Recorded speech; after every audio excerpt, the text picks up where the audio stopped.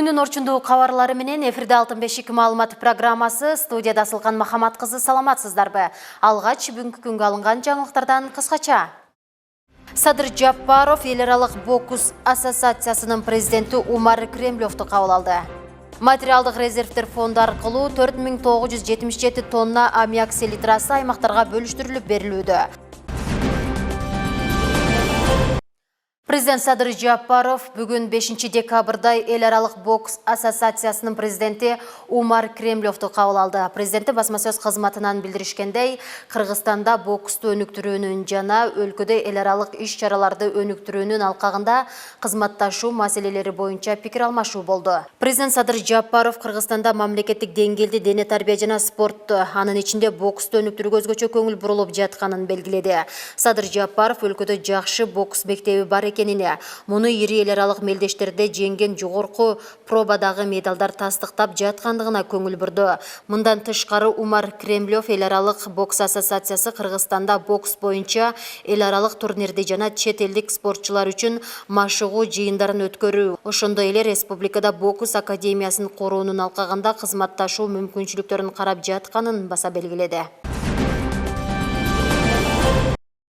Кадамжай районунда зордук зомбулуксуз жашоо деген аталышта 14 күндүк акция болуп өттү. Акцияга аялдар кеңеши, ошондой эле активисттер коомунан бир топ аялдар, мектеп окуучулары, мугалимдер катышты. Акция алгач жөө жүрүш менен башталды, андан соң катышуучуларга зордук зомбулуктун алдын алуу туурасында түшүндүрмөлөр айтылды. Теманы кененирээк кабарчыбыз.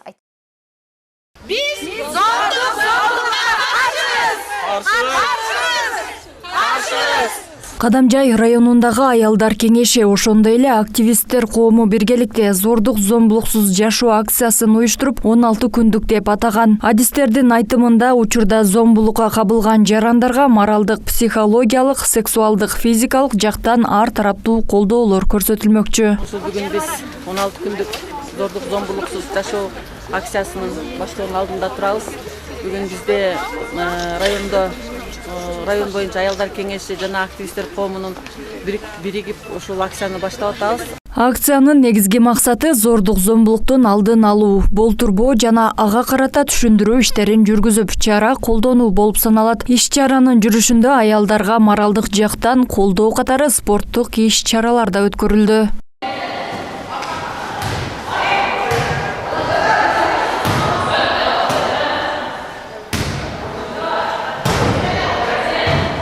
Бизде бүгүн 2 декабр зордук зомбулукка каршы болуп аткан иш-чара өттү. Бул иш-чарада биз катышып, өзүбүз иш-чарадан кийин мынтип чыңдаш үчүн таймаш уюштурдук. Ишканалар аралыгында бул жерде азыр мектептер, лицей, гимназия мектеп, больница, медиктер аралыгындагы таймаш өтүп атат. Бизде баары жакшы, көңүлдөр жакшы, өзүбүзгө өзүбүз мотивация берип, күрөшүп, мынтип зордукка каршы күрөшүүнүн негизинде болуп аткан иш-чарада баары жакшы болуп атат. Алга бизде баары жакшы, жеңебиз зордук зомбулукту. Негизинен айта кетсек, бул демилгени көтөрүп ушундай иш-чара өткөрөбүз деген максатта биздин иш-чарабызда биздин төрайымыбыз Гүлнара Эргешеванын демилгеси менен ушундай иш-чара өткөрүлүп атат. Бүгүнкү күндө биз акцияны өткөрүп атабыз. Акцияда негизинен ушул көйгөйлүү маселе биздин ушул зордук зомбулуксуз 16 күндү иш-чарасын мектептерде, мекеме ишканаларда, бардык жерлерде өткөрүлүп атат. Акыркы мезгилдерде өтө көңүл бөлүш керек болуп атат. Себеби дегенде зордук зомбулуксуз 16 күндүн түрлөрү бар. Физикалык, психологиялык, ошондой сексуалдык ар кандай ушундай азыркы мезгилде ушундай түрлөрү болуп атат. Негизинен бардык мектептерде окуучуларды ушундай зордук зомбулуксуз алдын алуу максатында класс сааттардан өткөрүлүп келе жатат. Акыркы мезгилде болуп жаткан терс көрүнүштөрдүн улам өсүшүнө байланыштуу мындай алдын алуу иш-чаралары мектептерде, мекеме ишканаларда өткөрүлүп келүүдө. Айсулуу Абдилаким кызы, Ислам Толубаев, Алтын бешик жаңылыктары. Коомдук жана саясий ишмер легендарлуу парламенттин төрагасы Медеткан Шеримкулов Баткен облусуна болгон 4 күндүк иш сапарынын алкагында Лейлек районуна да барды. Ал Лейлек райондық администрациясының жана Сүлүктө шаардык мэриясынын кызматкерлери менен жолугушуп, алар менен баарлашты. Ошондой эле атайын жыйынга президенттин Баткен облусундагы ыйгарым укуктуу өкүлүнүн орун басары Тимур Мадияров жана мекеме ишканалардын жетекчилери катышты. Жолугушууда Кыргыз Республикасынын баатыры, мамлекеттүүлүктүн түптөлүшү, эгемендүү Кыргызстандын жаралуу тарыхы, бүгүнкү өлкөнүн абалы тууралуу маалымат берип, ой пикири менен бөлүштү. Ошондой эле жолугушууда Медеткан Шеримкуловдун идеясы менен тартылган Баткендеги соңку окуялар тууралуу тасма көрсөтүлүп, мекенге болгон сүйүү, өлкөнү өнүктүрүү маселелери талкууланды. Белгилей кетсек, Медеткан Шеримкуловдун ушундай эле жолугушуулары буга чейин Кызылкая шаарында жана Кадамжай, Баткен райондорунда өткөрүлгөн. Ал жаштар жана студенттер менен да жолугушууларды өткөрдү. Канчалык кайсы мамлекеттин составында болду, өзгөчө кийинки 200 жылдын ичинде Орустардын составында болду, Россиянын составында, анан кийин СССРдын составында. Кыргыз эли өзүнүн идентичеси, кыргыз экендигин жоготкон. Кыргыз экендигин жоготпой сактап калууга шарт болгон кайсыл. Бул эң эле биринчиси өзүбүздүн тилибиз. Экинчиси өзүбүздүн тарыхыбыз, традициябыз, улуттук өзгөчөлүктөрүбүз. Эгерде эл өзүнүн тилин жоготсо, улуттук тилин жоготсо, ошол кайсы элдин арасында жашап калса, бара-бара өзүнүн улутун да жоготот. Өзүнүн мамлекеттүүлүгүн жоготот. Кыргыз Республикасынын эл артисти, театр жана кино жылдызы Советбек Жумадыловдун 90 жылдыгына карата эскерүү кечеси өттү. Токтоболот Абдумомунов атындагы Кыргыз улуттук академиялык драма театрында өткөн эскерүү кечеге Советбек Жумадылов менен бирге иштеген инсандар, театр, кино ишмерлери, жакындары катышты. Советбек Жумадылов 1932 жылы 6 декабрда Ысык Көл облусунун Тоң районундагы Арал айылында туулуп, бала чагы Каракол шаарында өткөн. Театрда, тасмада да ар тараптуу ролдорду чеберчилик менен аткарган Советбек Жумадылов унутулгус образдарды жаратып, элдин эсинде калган. Анын Семетей, Бакай, Ричард, Мырзакул, Омар Хаям, Эдигей, Танабай, Эзоп сыяктуу образдары кыргыз театр өнөрүндөгү өзгөчө көрүнүш болгон. Советбек Жумадылов азыркы Токтоболот Абдумомунов атындагы Кыргыз улуттук академиялык драма театрында өмүрүнүн аягына чейин дээрлик жарым кылымга жакын эмгектенип, 1988-1990 жылдары театрдын көркөм жетекчиси кызматын аркалаган. Актер 2001 жылы 24 мартта көз жумган. 4 декабр Манас эпосунун күнү Болдатага карата Лейлек райондук маданият бөлүмү тарабынан Манасым менин мурасым аталышында фестиваль болуп өттү. Ага район аймагындагы мектеп окуучулары катышып, анда Манас айтышты. Катышуучулардын эң жашы 7 жашта. Темага кененирээк кабарчыбыз токтолот.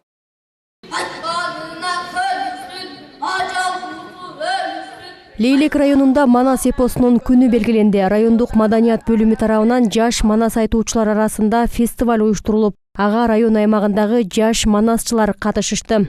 Биздин дагы ушул Манас атабызды урпактан урпакка, муундан муунга даңгазалап, белгилеп, ушинтип өткөрүп келаткан ата бабаларыбыз ошондой эле сиздер дагы ушуларга кошулат деп ойлоймун. Келечекте биздин ушул сиздердин араңыздардан дагы жакшы бир манасчылар чыгып, районубуздан биздин азыркы жашоодо кийинки муундарга улантышка сиздер дагы жардамыңыздар тиет.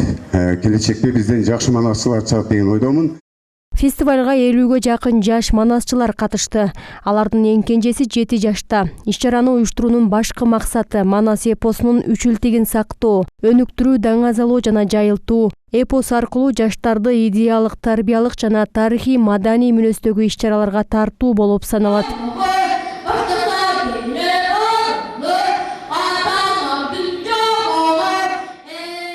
Улуу мурасыбыз болгон элибизди дүйнөгө тааныткан Манас күнүн белгилөө максатында биз Манасым менин мурасым аттуу фестивалды уюштурдук. Фестивал өтө жогорку деңгээлде өтүп атат. Манас үчилтигин жаш муундарга пропагандалоо, ушул манас эпосубузду билүү, аны колдон келишинче айтуу бул фестивалдын негизги максаты болуп эсептелинет. Бүгүн биздин районубуздун баардык алыскы район айылдарынан, мектептерден манаска кызыккан окуучуларыбыз, манас айтуучуларыбыздын келгени бизди өтө кубандырып жатат. Манас кыргызды дүйнөгө тааныткан улуу эпос. Манас эпосу кыргыз элинин идеологиясы, философиясы жана руханий өзөгү болуп саналат. Улуу элдин кылымдарды карыткан тарыхынын алтын казынасы, кыргыз элинин турмушунун көркөм энциклопедиясы. Мындан улам бүгүнкү күндө Манас эпосун жаш муунга таанытуу жана аны даңазалоо маанилүү. Дүйнөбүз боюнча бир да элде жок экен мындай Манас. Мындай устнородный творчество деп коет. Ооз эки чарма. Бул боюнча биз сыймыктансак болот. Ошондой эле Манас эпосубуз бул баатырдык эпос. Биздин элибиз баатыр болуп жүргөн, эч качан баңган эмес. Мен бир жакшынакай бир ошол Манастын ичинен алынган кыргыз элинде чөлдө кетип баратканда аттардын үстү отурганда, бир топ 2-3 күндө жүргөндө, суусап калганда, таппай калганда аттардын жүнүнө кичине бычакты сайып, канды ичип коюп, кайрадан жылдырып коюп кеткен күндөр болгон экен.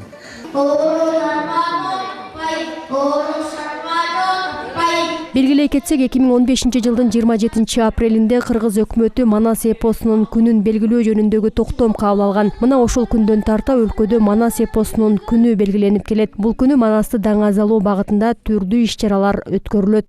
Мингүл Көчөрова, Бакыт Саитов, Алтын бешик жаңылыктары.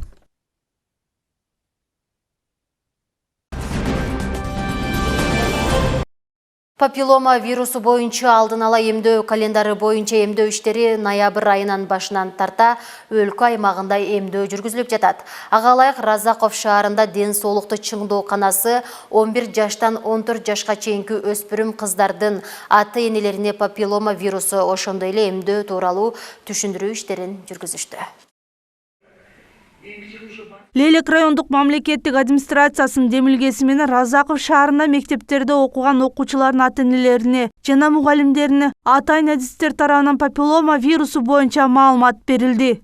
Бул күндөн баштап Лелек районунда дагы окуучу вакцинасы же башкача айтканда папиллома вирусуна каршы эмдөө иштери жүрө баштады. Папиллома вирусу бул аялдардын жатын оорусуна алып келүү ыктымалдуулугун жаратат. Адистердин айтымында натыйжасы жатын рагына алып келет. Мындай көрүнүштөрдүн алдын алуу максатында 11 жаштан 14 жашка чейинки өспүрүм кыздарга папиллома вирусуна каршы эмдөө ноябрь айынан тарта өлкө аймагында жүрүүдө. Бул түшүндүрүү иштеринин жыйынтыгы боюнча бул вакцина милдеттүү түрдө ар жылы кайсы кыз бала 11 жашка толгондо алыныш керек экен. Ошондуктан ата-энелер өзүңүздөрдүн балдарыңыздар үчүн, балдарыңыздардын келечеги үчүн ошол вакцина боюнча дагы кеңирээк Facebook хаттардан маалымат алып, келечекте ошол вакцинаны алсаңыздар болот. Дүйнөлүк статистикалык маалыматка караганда бул рак оорусу менен жылына 300 000 адам каза табат. Ал эми акыркы жылдары Кыргызстандын ичинде да аялдардын рак оорусу менен ооругандардын саны жыл санап өсүүдө. Динара Курбанбекова, Бакыт Саитов, Алтын бешик жаңылыктары.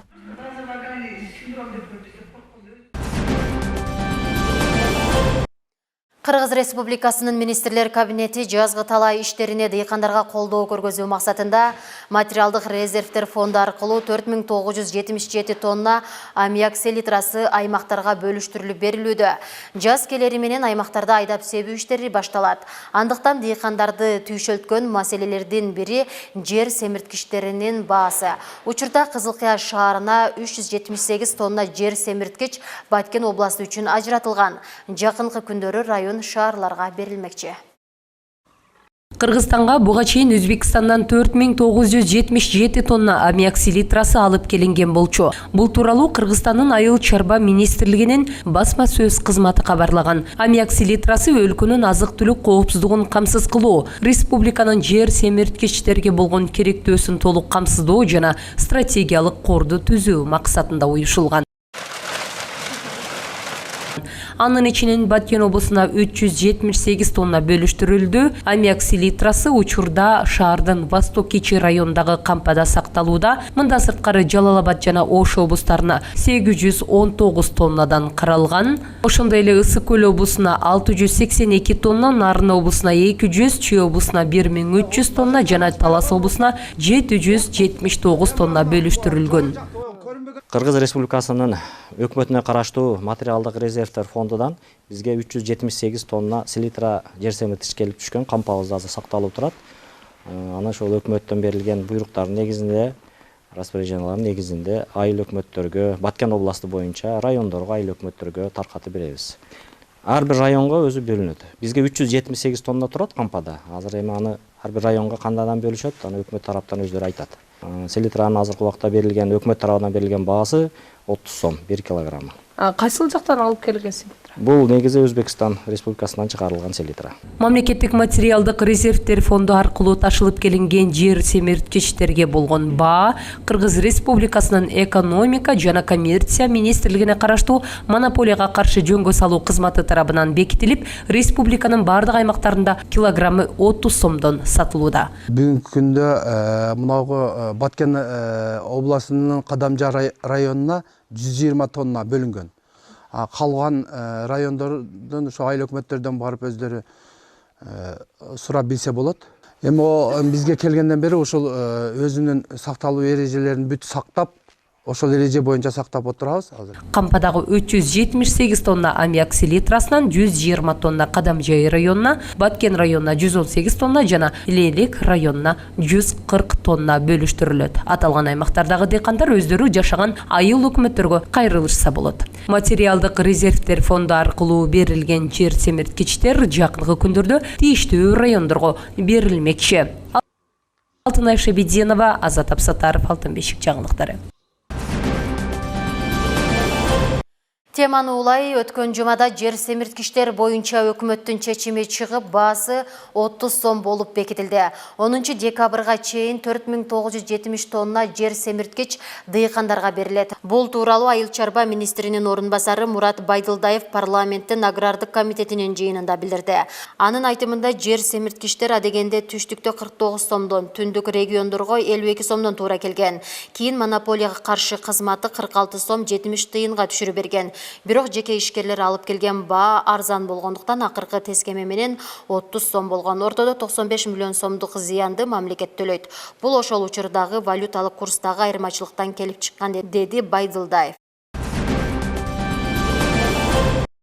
Кыргыз Республикасынын юстиция министрлигине караштуу юридикалык жардам кызматы тарабынан 2022 жылдын декабрь айынын 6 күнүнөн 13 күнүнө чейин адам укуктарынын жалпы декларациясы кабыл алынгандыгынын 74 жылдыгына карата республиканын бардык аймактарында жыл сайын өткөрүлүүчү акысыз юридикалык жардам көрсөтүү декадасын өткөрөт. Аталган иш-чарага Кыргыз Республикасынын жарандарынын конституциялык укуктарын камсыз кылууга багытталып, максат Кыргыз Республикасынын мамлекет кепилдеген юридикалык жардам жөнүндө мыйзамына ылайык адамдардын укуктарын ишке ашыруу, адилеттүү соттук териштирүүнү камсыз кылуу, укуктун үстөмдүгүнө жана адамдын негизги укуктарын коргоону камсыз кылуучу иш-чара болуп эсептелет.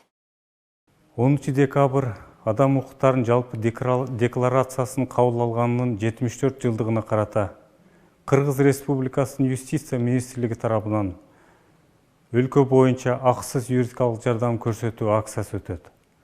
Акциянын негизги максаты калктын аялдоо катмарынын укуктук жактан корголуусунун деңгээлин жакшыртуу, жарандарга юридикалык жардам көрсөтүү, укуктук жактан агартуу жана жарандардын сот адилеттүүлүгүнө жетүүсүнө көмөктөшүү жана ошол жарандар акцияга катышып өздөрүн кызыктырган укуктук маселелер боюнча укуктук маселелерин чечүүнүн жол жоболору тууралуу маалымат алып, укуктук суроо талаптарына жооп алып кетсеңиздер болот.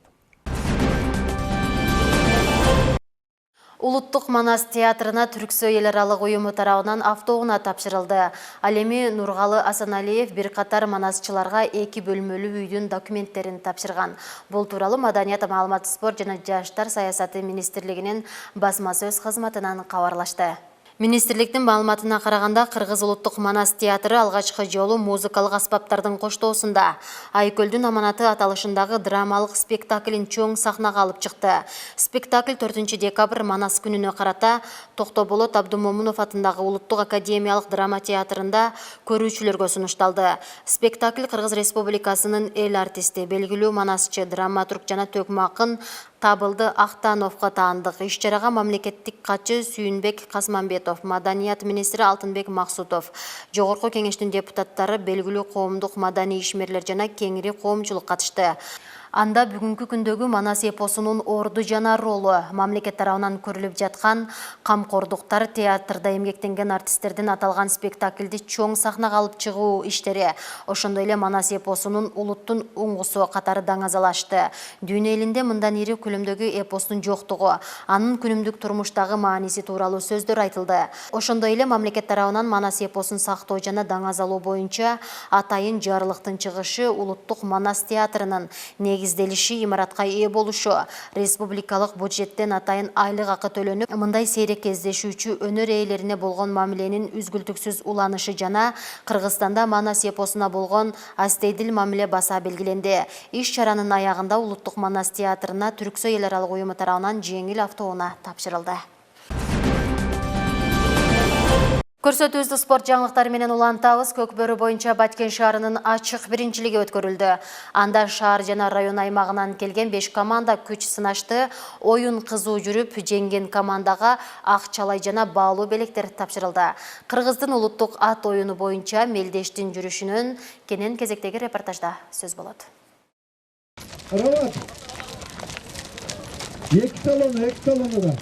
Мелдешти өткөрүүдөн башкы максат көкбөрү оюнун кеңири жайылтуу, өнүктүрүү, улуттук спортту даңазалоо менен республикалык деңгээлде өтүүчү чемпионаттарга команда даярдоо болуп саналат. Эске салсак, аталган оюн Баткен шаардык жаштар иштери, дене тарбия жана спорт бөлүмү тарабынан уюштурулган. Кыргызстанда көкбөрү оюну өтө өнүгүү жолунда. Ошол сыңарында биз дагы Баткен шаарында көкбөрү оюнун өнүктүрүү, ушунду көкбөрү боюнча команда түзүп ушул чемпионатка катышуу максатында, ушул оюнду жандандыруу максатында ушу мелдешти өткөрүп жатабыз. Мына быйыл биздин мэрибиз Иман Назарбаевдин демилгеси менен ушул жерде ушул ат майданы кылып атайын токтом менен бөлүп берди. Ага биздин Баткен шаарынын ишкерлери тарабынан бул тайказандар сатып алынып коюлуп, бүгүнкү күндө ушул биздин Баткен шаарынын улакчылары, көкбөрүчүлөрү ушул жерде машыгуу өткөрүп келишет. Бул мелдештин негизги максаты ушул көкбөрү оюнун өнүктүрүү. Баткен шаарынын жаштары арасында ушу улуттук оюндарды өнүктүрүп, ушул жаштарды серик жашоого үндөө. Биздин негизги максаттарыбыз ушул спорттун түрү боюнча биз ушу Кыргыз Республикасынын чемпионатына катышуу болуп эсептелет. Буюрса, ушул жакынкы жылдары Кыргызстандын чемпионатына дашы Баткен шаарынын командасы катышат деген ишеничтебиз. Бул оюн улакчынын тайманбастыгын, шамдагайлыгын, эпчилдигин, карандай күчүн талап кылат. Улуттук оюндар күчтүү жоокерлерди, өз элин жерин коргоого даяр аскерлерди өстүрөөрүн айтышат. Баткенде көкбөрү 1-2 жылдан бери башталды. Кудай кааласа жаштардын кызыгуусу жакшы. Баткен шаарынын чоңдору колдоо берип атат. Спорт комитетиге өтө ыраазычылык билдиребиз. Ар апта ушул жерде тренировка болуп, ушу көкбөрүгө жакшы көңүл бурула баштады. Баткен шаарынын мэриясыга, Баткен шаарынын спорт комитетиге ыраазычылык билдиребиз. Ушу жаштардын атынан ушундай оюндар тез өтүп турса, жакшы биздин элдерге кызыктуу, маанай тартуулап турса жакшы болот деп. Ошо ыраазыбыз ушул оюн өткөргөн мэрияга.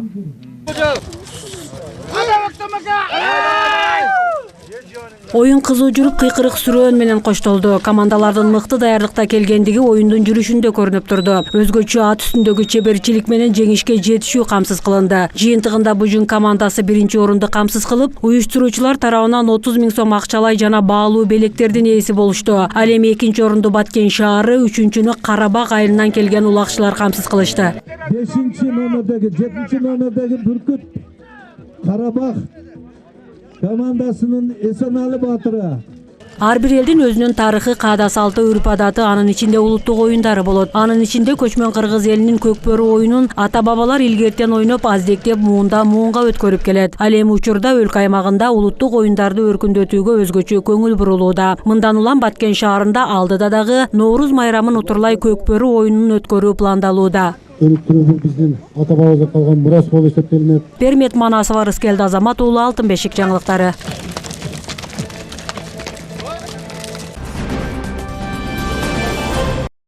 Бүгүнкү күн мына ушундай кабарлар менен коштолду. Биздин жаңылыктардын толук чыгарылышын Баткен телеканалынын социалдык баракчаларынан көрө аласыздар. Мен сиздер менен коштошом. Кайрадан эфир аркылуу жолукканча аман туруңуздар.